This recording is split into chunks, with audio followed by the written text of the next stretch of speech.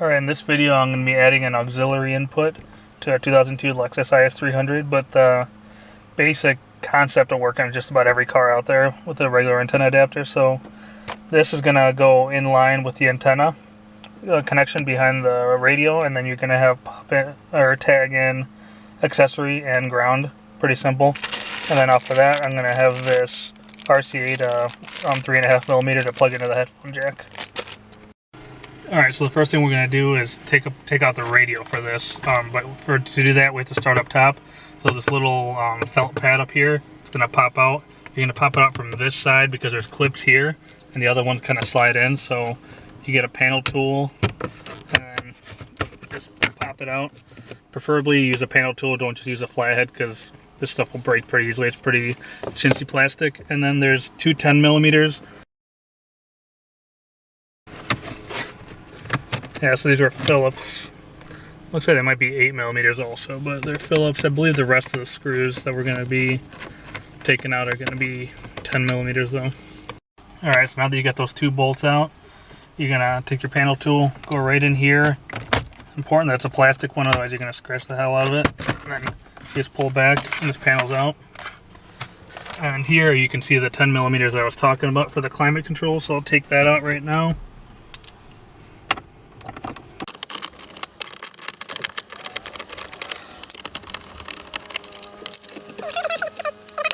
Right under here we got to pop out this bottom panel first.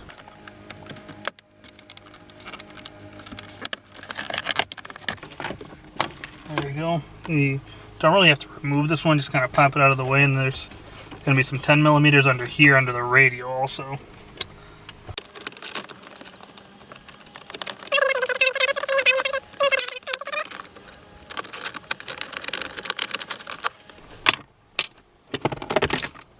Alright, so I got those biscuits and gravy out of the way, and let's pull this guy out. Alright, so basically right now I got this sitting out. I could unplug all these, but I really don't feel like it. I'm just going to reach back and unplug the main connector here for the radio. And now I'm going to grab a multimeter and test which one of these is going to be accessory power. That means that you get power while the key is on, and then not when it's off. So I'm going to go ahead and grab a multimeter and test this. Okay. So I already tested these, but I'll show you how we test it. So it actually ended up being this gray wire is going to be what your switch power is going to go to, and I back probe it here.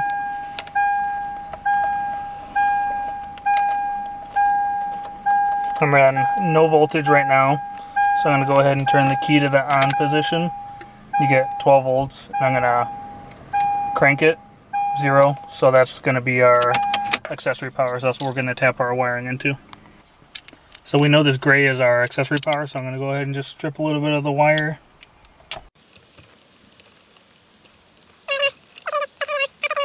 We're going to poke a hole through the strands in the middle.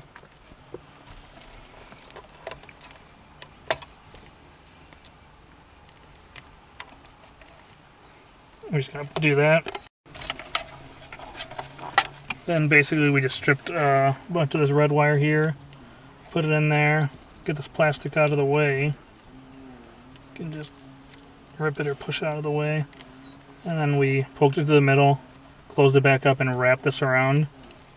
And you can solder this here if you want. It's for a little modulator, so it's not really a big deal. It's not going to get stressed or anything like that. So basically I'll just do electrical tape around it. There we go. And that's that. And then I'm going to go ahead and tap the ground, which I believe is going to be this black one, but I'm going to test it either way. Okay, so the black one did end up being ground. Pretty simple. Most of the time on a lot of cars that will be ground, but it's good to test it anyways. So now that I got those done, I got them taped, I'm going to put a zip tie around the whole bundle here just to discourage that tape from starting to unravel with the heat and stuff like that. So yep, so just tape it right there. It's not going to go anywhere, and then we're good. And now I'm going to grab the antenna connector behind the radio, which is this rascal right here.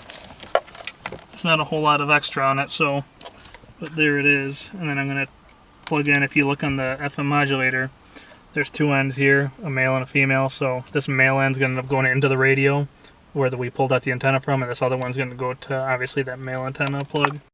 Alright, and then pretty simple from here, you plug in the RCA to 3.5mm adapter right into here, and then the other end is going to be obviously our 3.5mm plug that's going to plug into your phone or whatever it may be, unless you've got an iPhone. And then so we're basically going to just tuck this guy in the back. I'm going to probably just shove him back here. You'll know if it's not going to fit really quickly. So I'm going to plug the plug back in for the radio. Obviously a pretty important thing to have to do.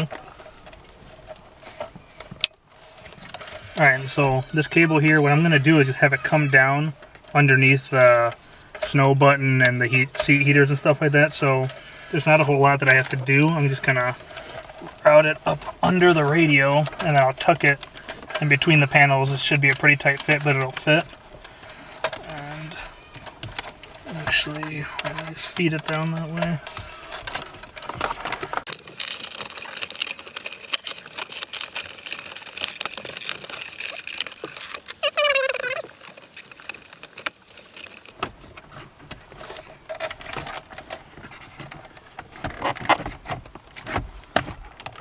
Alright, so the radio is back in.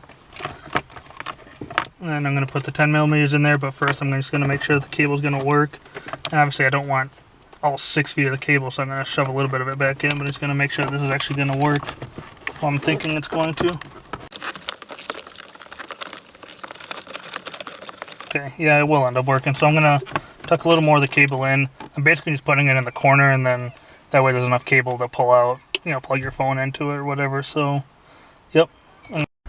Okay, and now we're going to test it. So we tune the radio to 88.3 and just press play on something. And it works fine. There's no weird noises, no scratchiness. It's better than using a wireless transmitter because those kind of suck. Same thing with the tape thing. A lot of times you'll get noise interference or like a humming type of sound through it. So that's why I went with this route. Yeah. Alright, so now that we tested it, I'm basically just putting it all back together, the reverse of how we took it apart. It's pretty simple, the two 10mm and the little Phillips /8mm up top, and the little felt stuff, so not a whole lot else to see, but I tucked the wire up underneath. It's going to go under here. I tested it to make sure before I start bolting stuff back in. There's other places you could put it. You could route it, you know, into your cup holder, cup out the ashtray, whatever. It's just the simplest, quickest way. Because I'll probably just end up replacing this radio completely with, you know, something like a doubled in, you know, video screen or something like that, so I'm not too worried about it. Alright, and here's the finished product. Basically the cable just comes out right there. Plug it in, start playing whatever you want. Shove the cable back, or the phone back up in there, and you're good. Like I said, there's plenty of other places you could have made it come out. This was just the quickest because this probably won't be in here for more than a few months, and then I'll change out the radio, so this was just something so I have more than just the radio to listen to.